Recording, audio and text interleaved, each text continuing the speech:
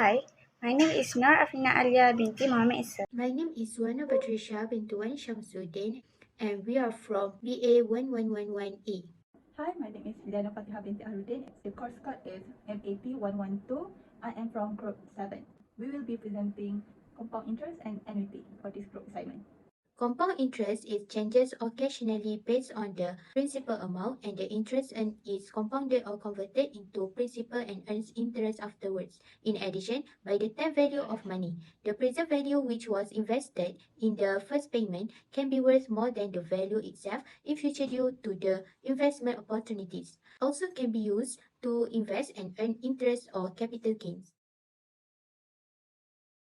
This is our problem statement. Miss Patricia planned to buy a house for her mother and she want to pay the down payment, 30,000 ringgit by having a saving account. Then, she deposit an amount 25,000 ringgit in Hong Leong Bank that paid an interest rate of 2.15% compounded monthly for 5 years.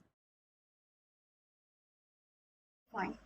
Objective 1 is to find the accumulated amount, which is S. So here we have P equals to RM 25,000, K equals to 2.15% in bracket 0.0215, M equals to 12, T equals to 5 years, I equals to K over M equals to 0.0215 over 12.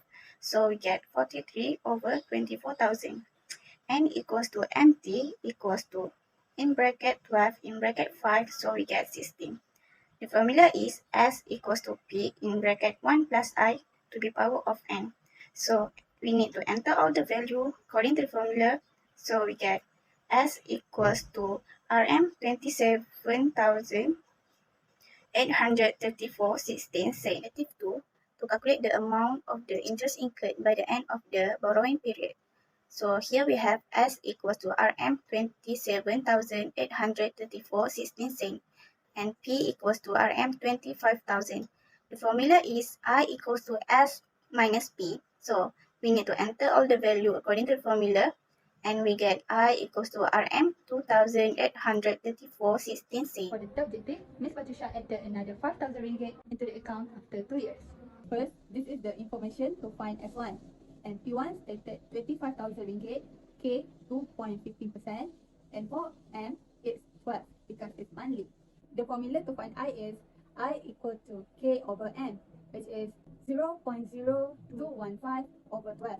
And we get 43 over 24,000.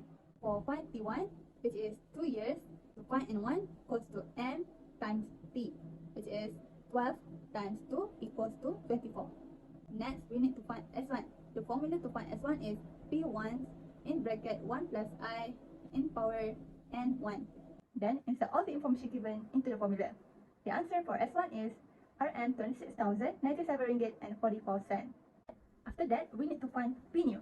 The information needed is P2 equals to RM 5,000 ringgit, which is the amount added that she added after 2 years. Next, T2 for 3 years. For N2, we need to times M and T, which is 12 times 3, so we get 36 for N2.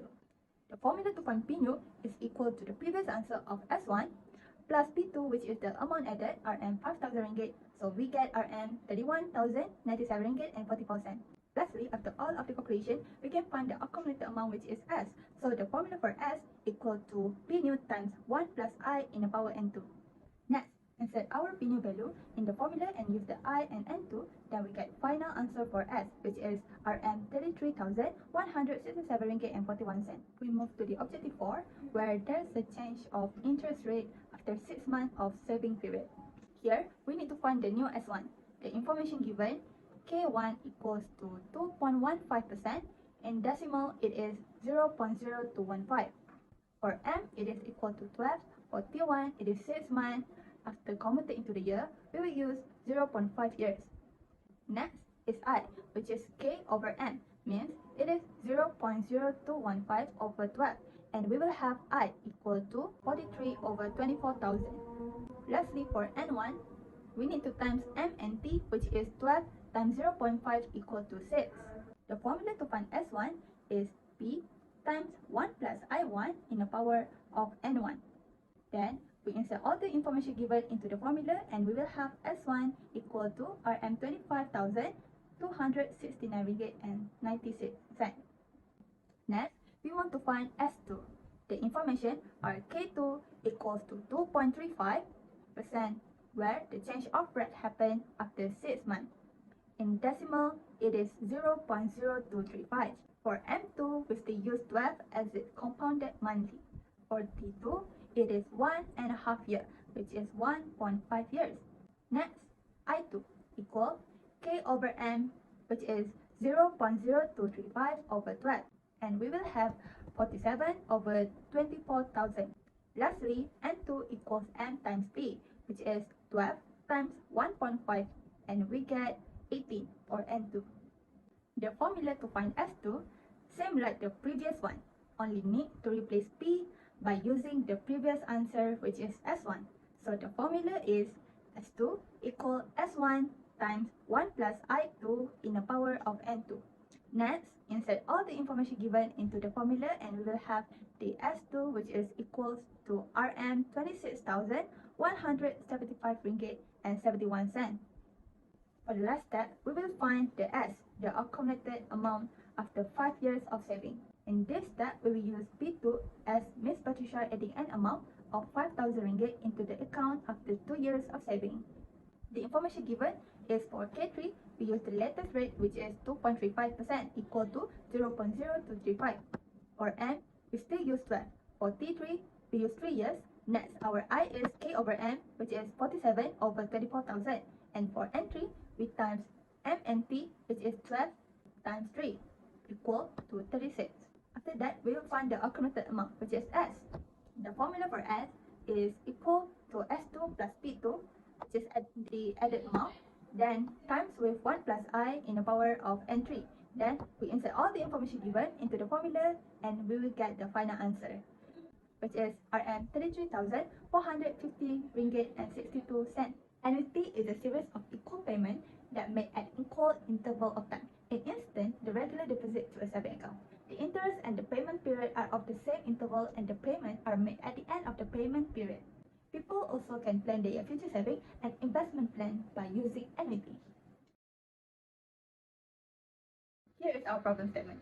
In this case study, Afrina wants to add more her property by buying a unit of condominium located at Alex Residence in Kuala Lumpur, which cost her 1.2 million ringgit and she paid the down payment by 10%. The balance will be settled through monthly payment to the public bank, which offered an interest rate of 4% compounded monthly for 30 years.